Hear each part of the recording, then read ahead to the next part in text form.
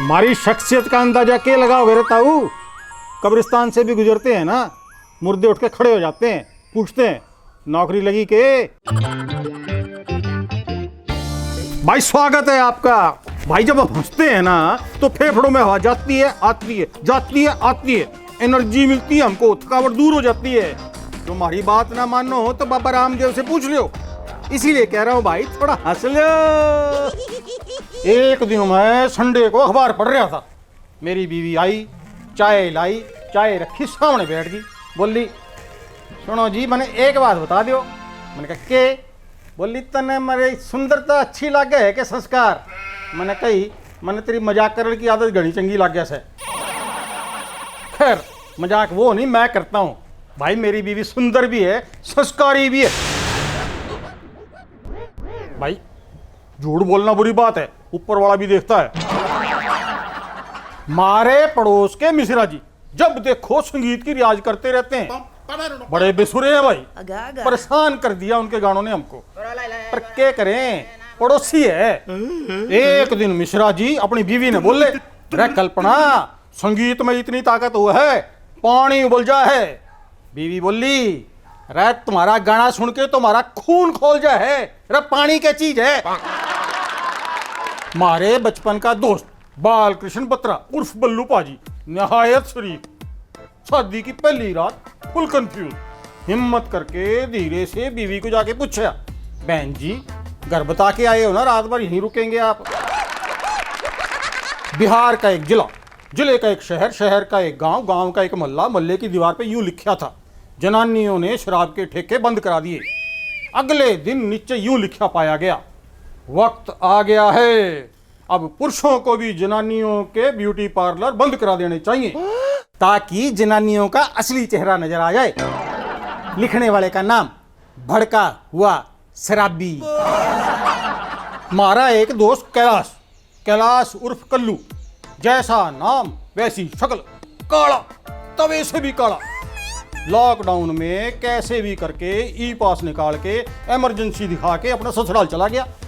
ससुराल पहुंचा, सास बोली, अरे दामाद जी आओ, महीना यही रहो, दूध दही खाओ, ऐश करो। कल्लू बोलिया, रे सासू माँ बहुत लाड आ रहा है दामाद पे। सास बोली, अरे कल मुहे लाड प्यार कुछ नहीं, मारी भैंस का बच्चा मर गया, तू यहाँ रहेगा, तेरी शक्ल देख के दूध तो देती रहेगी।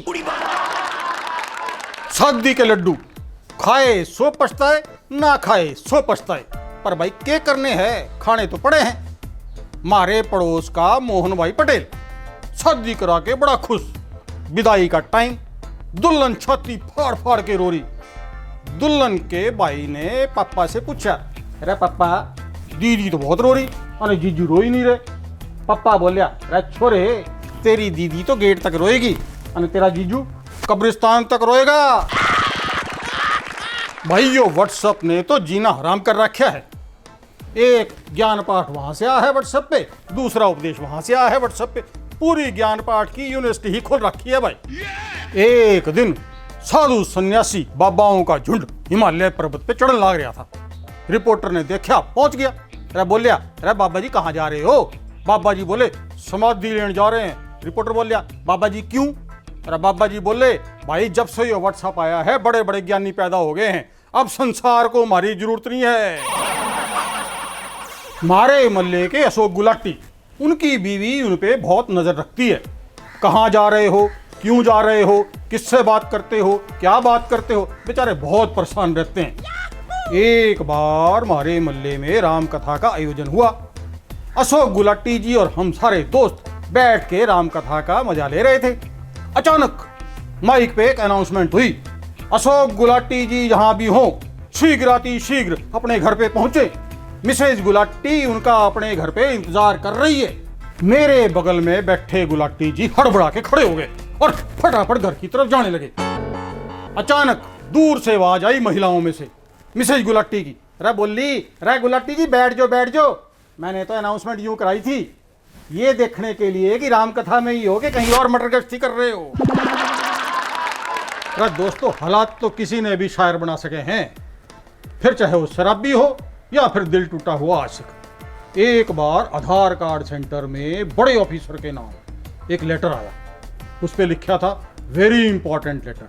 ऑफिसर ने लेटर खोल लिया और देखा, उसमें लिखा था उसके आधार को दिल से भी जोड़ दो साहेब, पता तो चले कि कितने खाते खुले हुए हैं। भेजने वाले का नाम एक दिल टूटा हुआ आशिक।